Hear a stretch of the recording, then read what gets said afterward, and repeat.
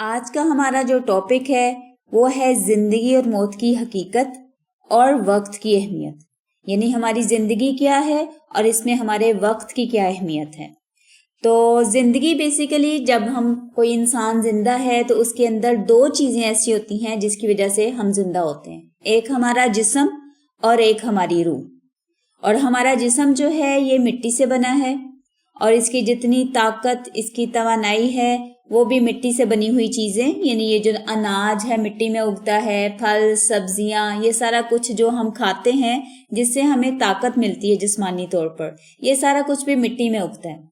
اور مرنے کے بعد ہمارے اس جسم نے جانا بھی مٹی میں ہے. اب دوسری چیز کی طرف آ جاتے ہیں، ہماری روح جس کی وجہ سے ہم زندہ ہوتے ہیں. یعنی روح کو اگر جسم سے علیحدہ کر دیں تو انسان مر جاتا ہے. تو جب یہ دونوں چیزیں کمبائن ہوتی ہیں تو ہم دونوں چیزیں اکٹھی ہیں تو ہم زندہ ہیں. تو ہماری روح جو ہے یہ آسمان سے آئی ہے. جب بھی کوئی بچہ پیدا ہونا ہوتا ہے تو اللہ تعالیٰ آسمان سے ایک فرشتہ بھیجتے ہیں جو اس کے بچے کے جسم میں آ کر اس روح کو ڈال دیتا ہے. اور کیونکہ یہ روح آسمان سے آئی ہے تو اس روح کی طاقت، اس کی جو بھی توانائی ہے وہ بھی آسمان سے اترا ہوا کلام ہے جو کہ قرآن ہے اور نماز میں بھی ہم قرآن ہی پڑھتے ہیں. تو جیسے ہمارے جسم کے لیے روزانہ 2 سے 3 دفعہ کھانا ضروری ہے تاکہ ہم تندرست رہیں، ہماری صحت ٹھیک رہے اور ہم زندگی اچھے طریقے سے گزاریں، اسی طرح ہماری روح کے لیے 5 دفعہ دن میں کھانا ضروری ہے جو کہ اللہ تعالیٰ نے ہماری 5 فرض نمازوں کی شکل میں رکھ دیا تاکہ ہم لوگ اس کو مس نہ کریں، اسے بھولیں نہ، اور ہم لوگ روحانی طور پر بھی ایک تندرست زندگی گزاریں اور شیطان کے حملوں سے بچ سکیں. ٹھیک ہو گیا؟ تو ہماری یہ جو زندگی ہے یہ بنیادی طور پر جسم اور روح کے امتزاج یعنی دونوں چیزوں کے ملنے سے بنتی ہے. اللہ تعالیٰ قرآن پاک سورہ انعام میں فرماتے ہیں، وہی ہے جو رات کو تمہاری روحیں قبض کر لیتا ہے اور جو کچھ تم دن میں کرتے ہو وہ سب جانتا ہے، اور پھر اگلے روز تمہیں اسی دنیا میں لوٹا دیتا ہے تاکہ مقررہ مدت پوری کی جا سکے، اور پھر آخر اسی کی طرف ہم سب کی واپسی ہے اور وہ بتائے گا کہ جو کچھ تم کرتے رہے. یعنی اللہ تعالیٰ یہ بتا رہے ہیں کہ ہر روز رات کو جب ہم سوتے ہیں تو اس وقت بھی ہماری روح جو ہے وہ اللہ کے پاس چلی جاتی ہے. یعنی آپ دیکھو جب ہم سو رہے ہوتے ہیں ہمیں کوئی احساس نہیں ہوتا نارملی کہ کیا چل رہا ہے، کون آ رہا ہے، کون جا رہا ہے. نیند جو ہے یہ بیسیکلی چھوٹی موت ہے، ٹھیک ہے، اور اس میں بھی ہمارا جسم جو ہے وہ روح تھوڑے سیپریٹ ہو جاتے ہیں، اللہ کے پاس جاتی ہے روح.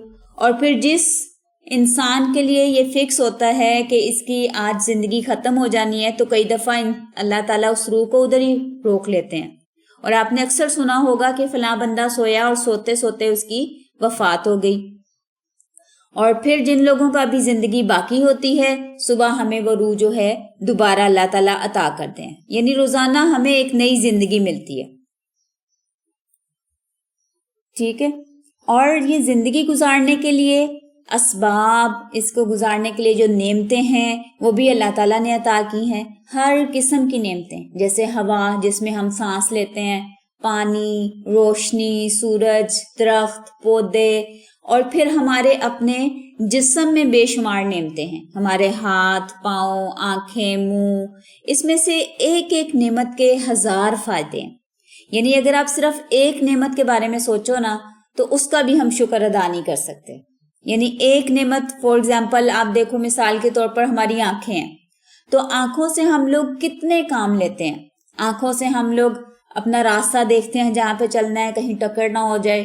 آنکھوں سے ہم لوگ یہ دیکھتے ہیں کہ ہمارا کھانا کیسا ہے، پانی میں کوئی چیز تو نہیں گری ہوئی. آنکھوں سے ہم لوگ دیکھتے ہیں کہ ہم نے کیا سیکھنا ہے، کیا پڑھنا ہے. اسی طرح انہی آنکھوں کی مدد سے ہم لطف اندوز بھی ہوتے ہیں، جیسے ٹی وی وغیرہ دیکھتے ہیں آپ لوگ، یا ایک دوسرے کو ملتے ہیں. ہم اپنے رشتہ داروں کو بھی آنکھوں کی وجہ سے پہچانتے ہیں. ہم اپنے آپ کو شیشے میں دیکھتے ہیں. تو آنکھوں کے بے شمار فائدے ہیں، لیکن ان آنکھوں کی کوئی لمٹ بھی ہے، یعنی کچھ حدود بھی ہیں. مثال کے طور پر اندھیرے میں ہمیں نظر نہیں آتا. اسی طرح دیوار، یہ جس کمرے میں آپ لوگ بیٹھے ہوئے ہیں، اس دیوار کی پرلی طرف کیا ہے وہ آپ کو نظر نہیں آ رہا. یا پھر اگر اوپن ایریا میں چلے جائیں، کھلی جگہ پر، تو کچھ دور تک آپ کو نظر آتا ہے، پھر دھندلا نظر آنا بند ہو جاتا ہے، اور پھر بالکل ہی نظر آنا بند ہو جاتا ہے. تو یہ ہماری آنکھوں کی کہہ لیں کہ کچھ حدیں ہیں، کچھ اس کی لیمیٹیشنز ہیں.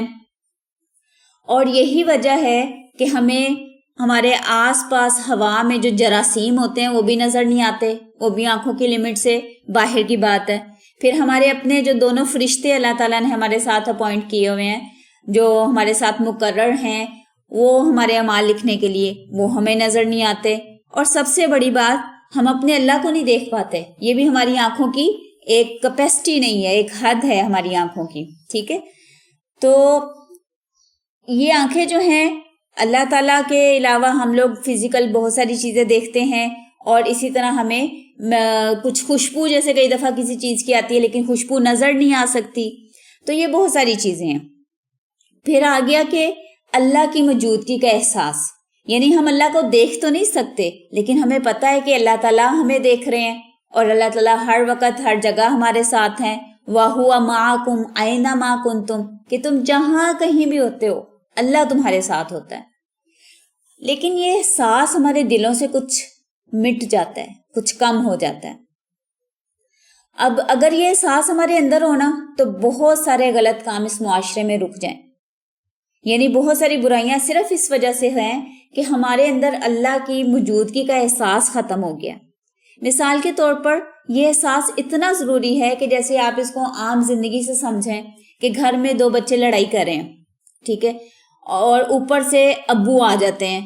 ابا جان جیسے آتے ہیں تو بچے لڑائی کرنا چھوڑ دیتے ہیں ان کے ڈر سے. یعنی ان کی موجودگی کا احساس جو ہے وہ بچوں کو اپنے جذبات کو قابو کرنے کے لیے آسانی کرتا ہے. اسی طرح کسی کلاس روم میں دو اسٹوڈنٹس طالب علم جو ہیں وہ آپس میں لڑائی جھگڑا کر رہے ہیں، اوپر سے ٹیچر آ جائے. اب ٹیچر کی موجودگی، یعنی اس ایک بڑی ہستی جس کا کہ کنٹرول ہے، اس کا احساس جو ہے موجودگی کا، وہ آپ کو بہت سارے غلط کاموں سے روک دیتا ہے. تو اسی طرح اللہ کی موجودگی کا احساس اگر ہمارے اندر کہہ لیں کہ مضبوط ہو جائے تو ہماری بھی زندگی سے بہت ساری خرابیاں، بہت ساری برائیاں، بہت سارے گناہوں سے بچنا ہمارے لیے بھی آسان ہو جائے. اللہ تعالیٰ سورہ کہف میں فرماتے ہیں قرآن مجید میں کہ ہم نے انسان کو پیدا کیا اور ہمیں اس کے ہر قسم کے خیالات کا بھی پتہ ہے. یعنی ہمارے ذہنوں میں جو سوچیں بھی آتی ہیں نا تو اللہ تعالیٰ کو وہ سوچیں بھی پتہ ہیں. اور اللہ تعالیٰ فرماتے ہیں کہ ہم اس کی شاہ رگ سے بھی زیادہ قریب ہیں.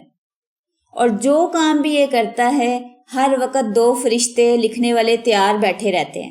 اس کی زبان سے ایک لفظ نہیں نکلتا لیکن وہ جو لکھنے والے ہیں وہ پاس بیٹھے لکھ لیتے ہیں. یعنی ہمیں کئی دفعہ احساس نہیں ہوتا لیکن ہماری ہر بات جو ہے وہ لکھی جا رہی ہے. اس کا احساس آپ یہ دیکھیں جیسے کئی دفعہ ہوتا ہے نا کہ ہم لوگ کسی شادی وغیرہ پر جاتے ہیں تو ظاہری بات ہے شادی پہ گئے ہیں، ایک تو ہم نے کپڑے اچھے پہنے ہوتے ہیں، پھر اس پہ وہاں پہ کھانا بھی ہوتا ہے، سب نے کھانا کھانا ہے. اب کھانا کھا رہے ہیں اور کوئی جو مووی کیمرے والا ہے وہ مووی بناتا ہوا آپ کے ٹیبل پہ آ گیا یا آپ کے پاس آ گیا، آپ کی پلیٹ کی وہ مووی بنانا شروع کر دے تو آپ کیا کرتے ہیں؟ ہم سب لوگ جو ہیں وہ کھانا کھانا بھی روک لیتے ہیں کہ پتہ نہیں اب یہ کھانا کھاتے ہوئے میری شکل کیسی آئے گی، یہ ریکارڈنگ ہو رہی ہے، یعنی ایک چیز جو ہے وہ ڈاکیومنٹ ہو رہی ہے. تو آپ حالانکہ کھانا کھانا ایک نارمل سی بات ہے، ہر بندہ کھانا کھاتا ہے، لیکن کیمرے کی موجودگی کا جو احساس ہے کہ چیز آپ کی ریکارڈ ہو رہی ہے اور بعد میں سارے لوگ دیکھیں گے تو ہم اس کے بارے میں بھی کانشیس ہو جاتے ہیں، یعنی محتاط ہو جاتے ہیں. تو اسی طرح اگر اللہ کی موجودگی کا احساس اور یہ کہ ہماری چیزیں، ہمارا ہر کام، ہمارا ہر لفظ لکھا جا رہا ہے تو ہم لوگ اس کے بارے میں بھی محتاط ہو جائیں. اللہ تعالیٰ سورہ حدید میں فرماتے ہیں اچھی طرح جان لو کہ دنیا کی زندگی کھیل اور تماشا ہے. اور سورہ لقمان میں اللہ کے الفاظ ہیں کہ یقیناً اللہ کا وعدہ سچا ہے اور دنیا کی زندگی تمہیں دھوکے میں نہ ڈال دے اور نہ ہی شیطان تمہیں اللہ کے متعلق کوئی دھوکہ دے. یعنی ہم سارا کچھ، ہماری جتنی بھی کوششیں، ہماری جتنی بھی ایفرٹس ہوتی ہیں اس میں سے زیادہ تر ہم اس دنیاوی زندگی، اس کی آسائشیں، اس کی مزے لینے کے لیے ہم اس پہ لگا دیتے ہیں. تو اللہ تعالیٰ یہاں پہ کیا فرما رہے ہیں کہ دنیا کی زندگی جو ہے وہ تمہیں دھوکے میں نہ ڈالے. یعنی اپنا جو فوکس ہے، اپنا جو خیال ہے، اپنی سوچیں جو ہیں وہ اپنا مقصد آخرت کو بناؤ، دنیا کی زندگی کے پیچھے نہ لگو. اور سورہ منافقین میں اللہ تعالیٰ کیا فرماتے ہیں سورہ منافقون میں کہ یا ایھاالذین آمنوا لا تلھکم اموالکم ولا اولادکم، کہ اے لوگو جو ایمان لائے ہو، یعنی مسلمانوں سے اللہ تعالیٰ خطاب کر رہے ہیں کہ تمہارے مال یعنی تمہاری یہ جو نوکریاں ہیں اور تمہاری اولاد تمہیں اللہ کے ذکر سے غافل نہ کر دے۔ وَمَن يَفْعَلْ ذَلِكَ، اور جو کوئی ایسا کرے گا فَأُولَٰئِكَ هُمُ الْخَاسِرُونَ، تو یہی لوگ جو ہیں وہ نقصان اٹھانے والے ہیں۔ یعنی آپ دیکھو کہ ہماری روزانہ کی جو دن کی روٹین ہوتی ہے اس میں زیادہ وقت جو ہم خواتین ہیں ہمارا بچوں کے کاموں میں لگ جاتا ہے، گھر والوں کے لیے کھانا بنانا ہے، بچوں کے لیے فلاں کام کرنا ہے، ان کے کپڑے استری کرنے ہیں، بچوں کا کھانا بنانا ہے، ان کو نہلانا دھلانا ہے، تو سارا وقت ہمارا بچوں میں ہی لگتا ہے زیادہ تر۔ اور جو ہمارے گھر کے مرد لوگ ہیں، مرد حضرات، وہ کمانے میں لگے رہتے ہیں، یعنی نوکریوں پہ جاتے ہیں، کام کرنے جاتے ہیں، سارا دن ان کا ادھر لگ جاتا ہے۔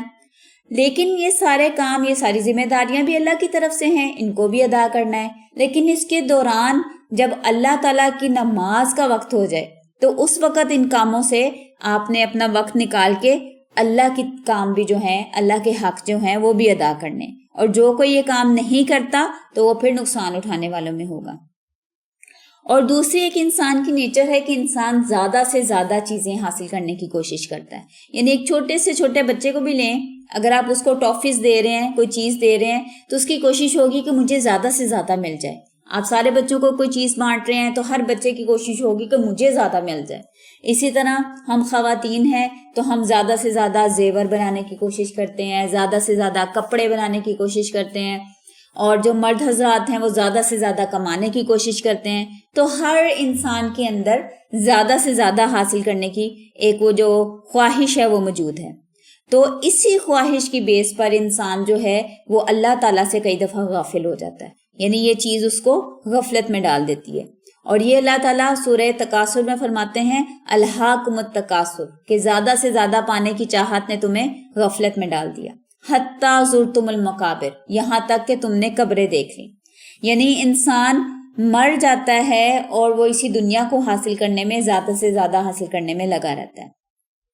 اور پھر اللہ تعالیٰ سورہ انشقاق میں فرماتے ہیں یا ایھا الانسان انک کادح الی ربک کدحا فملاقی، کہ اے انسان تو اپنے رب سے ملنے تک مسلسل کوشش کرتا رہتا ہے۔ یعنی ہر انسان دیکھیں اپنی اپنی زندگی میں مصروف ہے، کوشش کر رہا ہے۔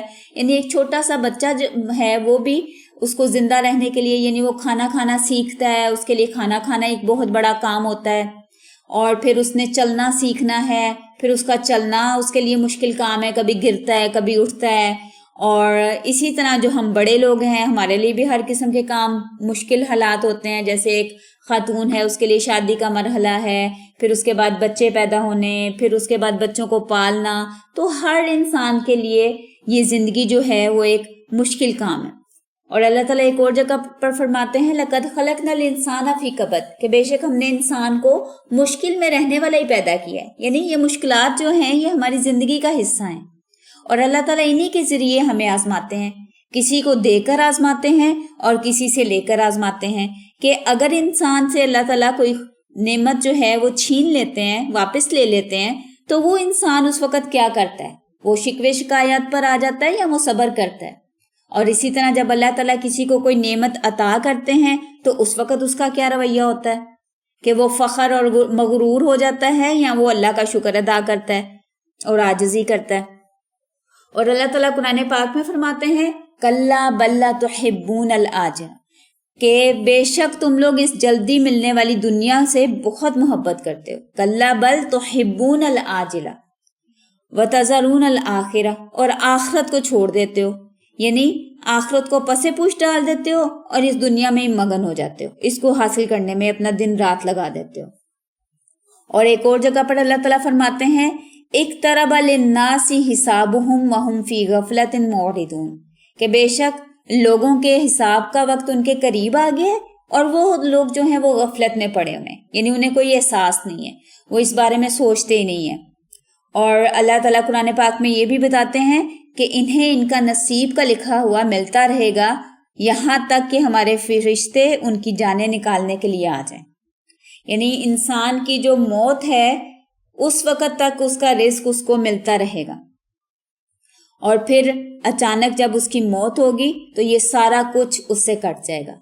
اپنے سارے رشتے دار، رشتے ناتے، دنیا کے سارے کام ختم ہو جائیں گے. اور قبر میں کوئی آپ کے ساتھ نہیں جائے گا، نہ آپ کا کوئی بچہ، نہ آپ کے ماں باپ، نہ آپ کے بہن بھائی، نہ آپ کے دوست رشتے دار. کوئی آپ کے ساتھ قبر میں نہیں جاتا. قبر میں ہر انسان نے اکیلے جانا ہے. اور موت کے حوالے سے اللہ تعالیٰ فرماتے ہیں کلو نفس ذائقۃ الموت، کہ ہر نفس یعنی ہر جان نے ایک دن مرنا ہے، یعنی موت ہر ایک کے لیے ضروری ہے.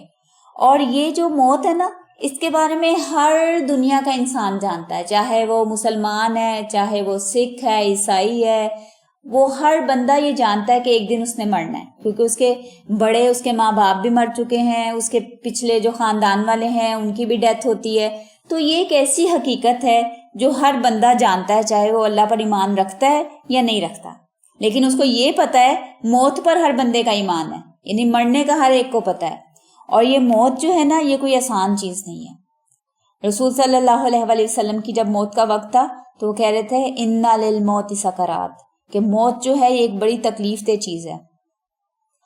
اور قرآن پاک میں اللہ تعالیٰ فرماتے ہیں وَجَاءَتْ سَكْرَةُ الْمَوْتِ بِالْحَقِّ، کہ پھر ایک دن موت کی بے ہوشی جو ہے وہ حقیقت کھولنے کے لیے آ جاتی ہے.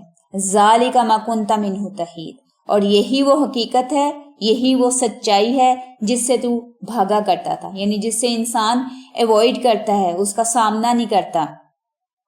اور پھر اللہ تعالیٰ فرماتے ہیں کہہ دو کہ موت تمہیں آ کر رہے گی، اور پھر تم سارے غیب کے جاننے والے کے سامنے حاضر ہوگے.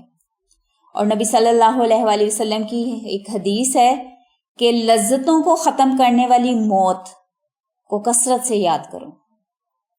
اور ایک اور جگہ پر آتا ہے رسول صلی اللہ علیہ وآلہ وسلم نے فرمایا کہ دلوں پر بھی زنگ لگ جاتا ہے. اور رسول صلی اللہ علیہ وآلہ وسلم سے صحابہ کرام نے پوچھا کہ یا رسول اللہ اس زنگ کا علاج کیا ہے؟ تو نبی صلی اللہ علیہ وآلہ وسلم نے فرمایا کہ موت کو زیادہ سے زیادہ یاد کرنا اور قرآن کی تلاوت کرنا، یہ اس زنگ کو ہٹاتا ہے. آپ دیکھیں کہ حقیقت میں کوئی بھی حادثہ کسی بھی وقت ہماری موت کا باعث بن سکتا ہے. مطلب جن لوگوں کا راستے میں کہیں سڑک پر آتے جاتے ایکسیڈنٹ ہو جاتا ہے تو جب وہ گھر سے نکل رہے ہوتے ہیں تیار ہو کر تو ان کو بالکل اس چیز کا اندازہ نہیں ہوتا کہ آج ہمارا آخری دن ہے. اور اسی طرح کئی دفعہ کچھ لوگوں کی گھر میں ہی موت ہو جاتی ہے جب ان کا وقت آ گیا. کوئی بندہ باتھ روم میں نہانے گیا تو وہیں پہ گر گیا، کوئی بندہ سیڑھیوں سے گر جاتا ہے، کوئی کسی بیماری میں پیٹ خراب ہوا. مطلب یہ ہے کہ آپ کی موت جس طریقے سے اور جس وقت لکھی ہوئی ہے وہ اس ٹائم پر آ جائے گی. اس کو کوئی روک نہیں سکتا، کوئی اس کو بدل نہیں سکتا، کوئی اس سے نجات حاصل نہیں کر سکتا.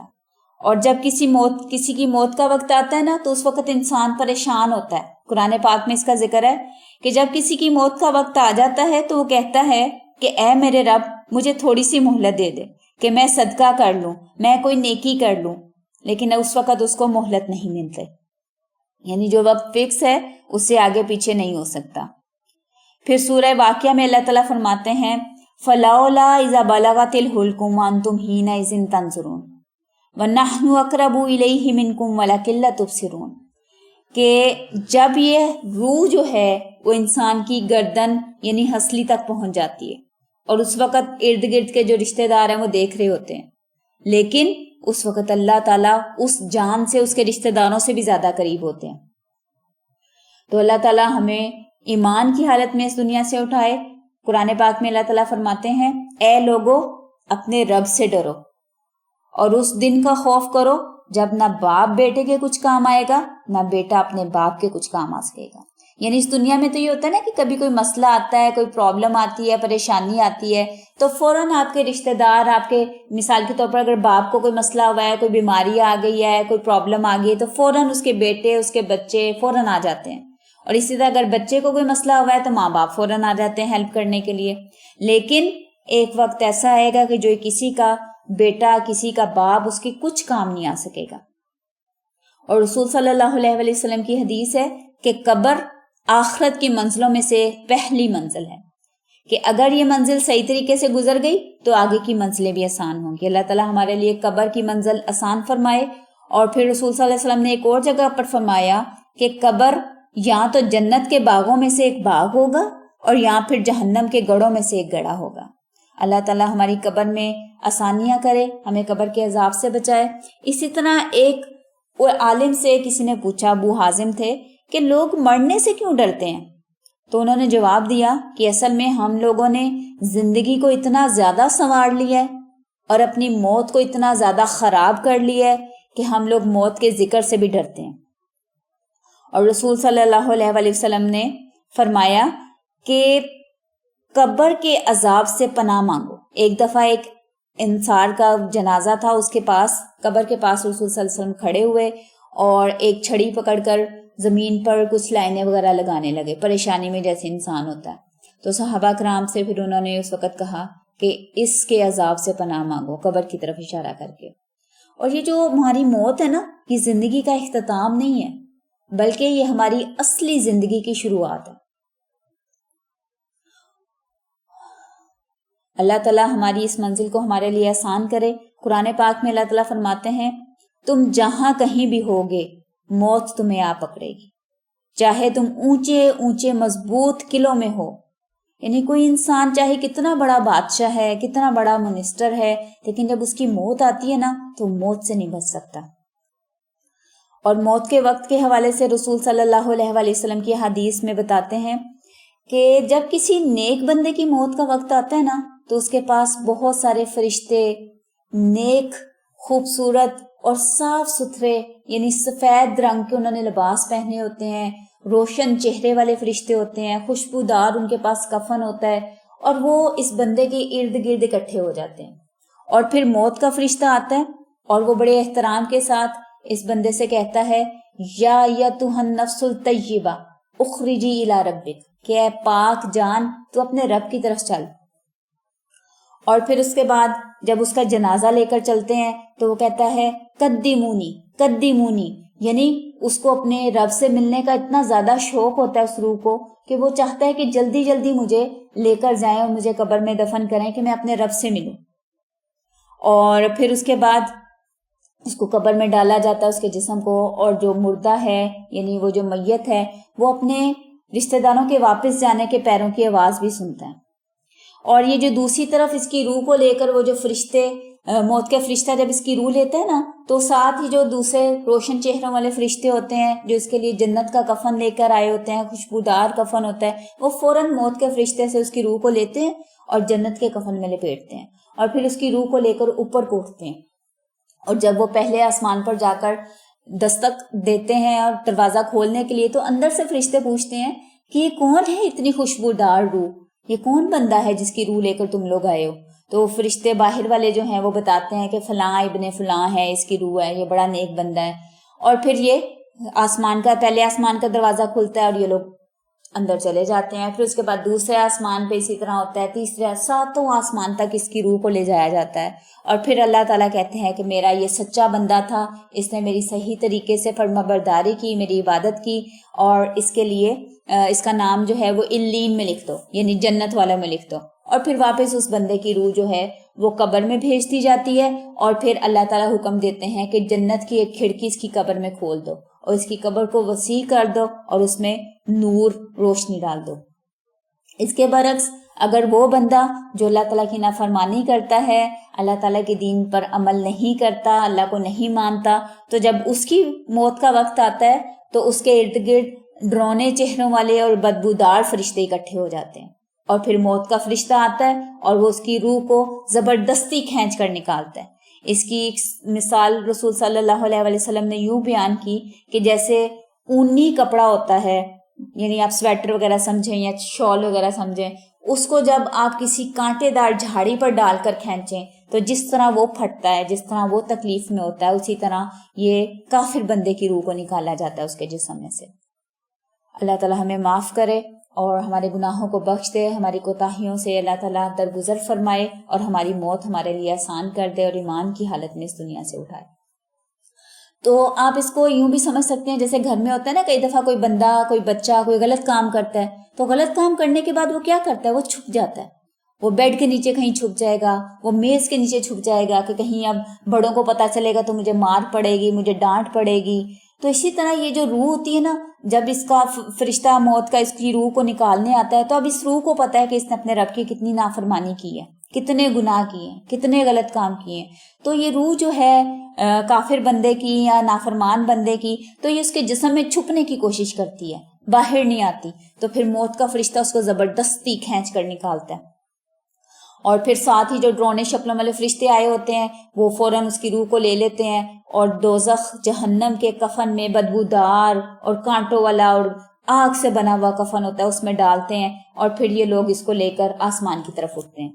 اور جب یہ پہلے آسمان کے دروازے پر جا کر دستک کرتے ہیں تو اندر کے فرشتے پوچھتے ہیں کون ہے یہ بدبخت بدبو والا روح, کون سی ہے یہ, یعنی اس کی بہت زیادہ اسمیل ہوتی ہے اس کی روح کی. تو کہہ رہے ہیں یہ بدبو والی روح کون سی ہے, کون بدبخت ہے یہ. تو یہ جو باہر والے فرشتے ہوتے ہیں یہ بتاتے ہیں کہ فلاں ابن فلاں. تو وہ کہتے ہیں اس کے لیے ہم دروازہ نہیں کھولیں گے, اس کو یہیں سے نیچے پھینک دو. تو اس کو وہیں سے اس کی روح کو قبر کی طرف پھینک دیا جاتا ہے. اللہ تعالیٰ ہمیں محفوظ رکھے. تو موت جو ہے یہ ہم سب کے لیے آنی ہے, اور اس کی تیاری جو ہے جو بندہ کر لے گا اس کے لیے آسانی ہو جائے گی, اور جو نہیں کرے گا تو اللہ تعالیٰ سب پر ہمیں اس کے غلط برے وقت سے بچائے.